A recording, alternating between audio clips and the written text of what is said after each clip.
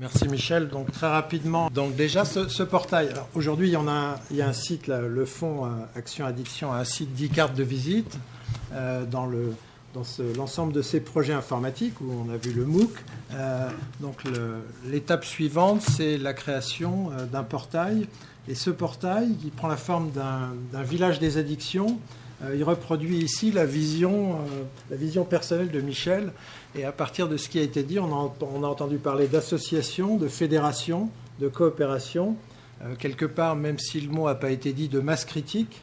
Donc d'augmenter sa capacité d'influence, notamment vis-à-vis des pouvoirs publics, et puis aussi de toucher l'ensemble des acteurs sur l'ensemble des addictions.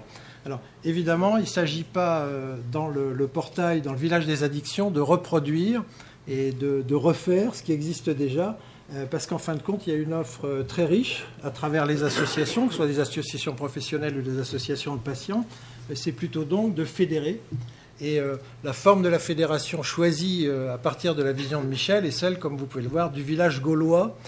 Donc ça va nous permettre de bien résister et surtout d'avoir pas mal de potions magiques sans risque d'addiction, celle-là. Enfin, on espère. Et donc voilà un petit peu comment pourrait, bon, c'est pas trop visible, mais pourrait se représenter le village des addictions. Donc dans ce village, on trouve les maisons des associations de patients et d'usagers. Je vais passer très vite. Vous les retrouvez ici. Le centre de recherche, on en a parlé avec l'ensemble, la fédération des unités de recherche de l'INSERM et du CNRS qui travaillent sur ces thèmes-là. Les chercheurs, encore une fois. Et puis, il y a aussi une maison de la presse. Il y a aussi évidemment un bâtiment qui a été fait très grand, qui est celui du fonds Action Addiction dans ses futures actions, quand ce sera transformé en fondation, d'accompagner et de financer des projets. Et puis on a aussi bien sûr la mission des jeunes. Et puis j'attire votre attention ici sur, si vous ne le voyez pas, sur des services comme l'Agora et comme la visioconférence. Donc la visioconférence, c'est une transition vers la plateforme dont on peut dire quelques mots. Qu'est-ce que c'est qu'une plateforme? Une plateforme e-addiction, c'est utiliser les ressources des technologies de l'information et de la communication dans le domaine visé par le fonds Action Addiction et différentes composantes. Donc, je voudrais faire une remarque là-dessus. Il est illusoire, par exemple, de vouloir toucher les jeunes sans passer par les smartphones, par les réseaux sociaux et par l'Internet. Vous ne les aurez pas. Ça ne veut pas dire qu'il ne faut pas éditer des plaquettes sous forme papier, mais globalement, ils ne les lisent même plus.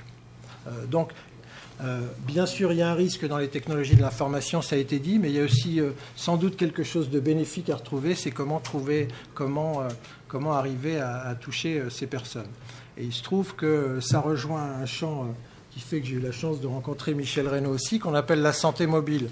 Donc moi, je participe en étant au board de la branche européenne d'une grosse association qui est devenue mondiale d'origine nord-américaine, qui s'appelle la Health Information Management System Society, donc qui s'occupe d'informatique de santé.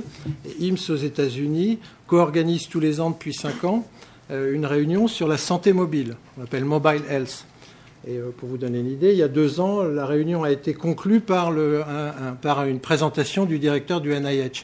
Et un des instituts du NIH les plus présents dans cette réunion qui a lieu à Washington il y a 2 ans, c'était, je ne me souviens jamais du nom, c'est la NIAAA, qui est la plus petite branche de l'organisme fédéral de recherche américain, qui a quand même un budget de $1 milliard. Pour exister, il faut avoir un budget d'$1 milliard, on l'a appris aujourd'hui, sur un total de 30. Et donc, tout ce qui est autour de l'usage des smartphones est totalement intégré à la démarche de recherche, notamment de santé publique, et de la recherche en informatique de santé, puisqu'on pense qu'à travers ces outils-là, dans un avenir relativement bref, il y aura plus de données générées à partir de ces outils que de données médicales générées dans les consultations de médecins ou dans les durées d'hospitalisation. Donc ça nous rapproche du terme de ma présentation et des derniers projets.